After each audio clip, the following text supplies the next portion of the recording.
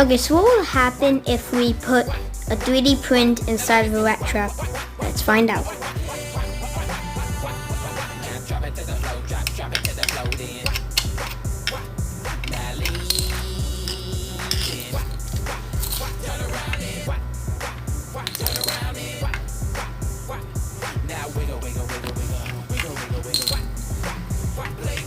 Okay guys, here we go.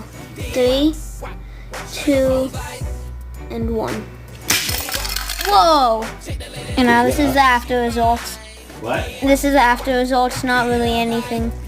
Alright, so a 3D print could survive a rat trap. Good to know. Subscribe, see you in the next one.